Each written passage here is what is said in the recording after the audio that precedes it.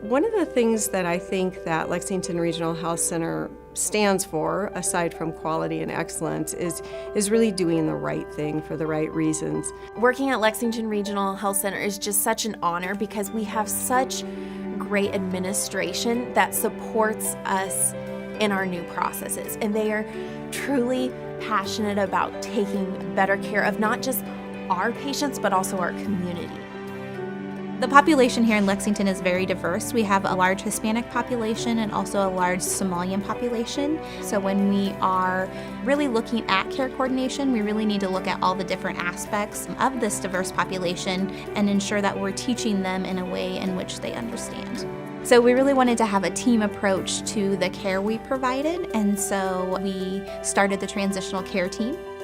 The transition care team came about because we knew that we needed to get a handle on and help our patients do better after they left our organization.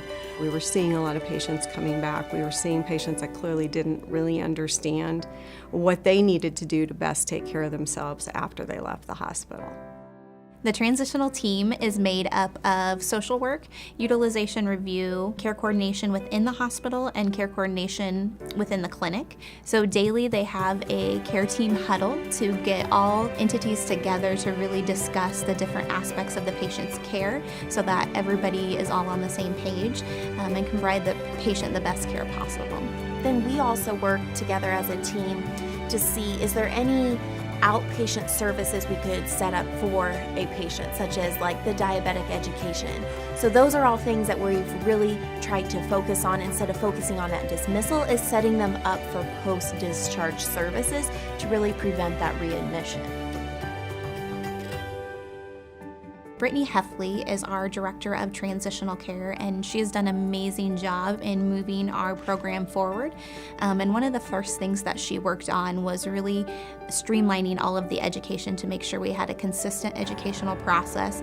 So no matter where the patient was touching in the facility, they were getting the same information. So for one example, if we have a patient that's in the hospital with congestive heart failure, and they maybe don't understand the importance of their medication that they are taking, the care coordinator will then work with the primary care nurse so that every time the primary care nurse goes in, that they reiterate the importance of the medication and what it's doing. Something else we've done to try to prevent readmissions is made action plans. So a diabetic in the green zone, they daily are looking at this. Ideally, they're putting it up on the refrigerator, and are they doing daily foot checks? Are there any new sores? That would put them then into the yellow, and they need to notify their provider. That's the caution area. Then we also then have a red area. These are signs that you need to seek immediate medical attention. But that we have found that giving patients those types of tools is a lot more beneficial than just trying to educate the patient on the reason why they have this disease. And so we really try to focus more on the action plan. And so those are all those things that then are coming back and help preventing admissions to the hospital, but also readmissions. I think that our patients really have responded well to the efforts that we've made. You know, they may not know that it's called a transitional care team, but what they do know is that the day that they're admitted into the hospital, somebody is in there talking to them and listening.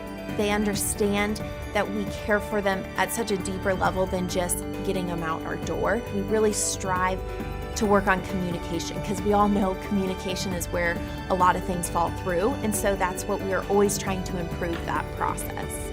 Since we've started the transition team, we have seen a reduction in our readmissions, and we've also seen improved process with our care coordination. And I have had several hospitals reach out to me wanting to know how we started our journey, how we have progressed in our journey, and then also processes that we have in place. Ultimately, what we want to see is our community be a healthy community. We really want people to not have to go to the physician or to their provider or certainly into the hospital for something that really they can manage and manage successfully. And I think our efforts are really moving in that direction. And hopefully then that translates to the healthiest community possible.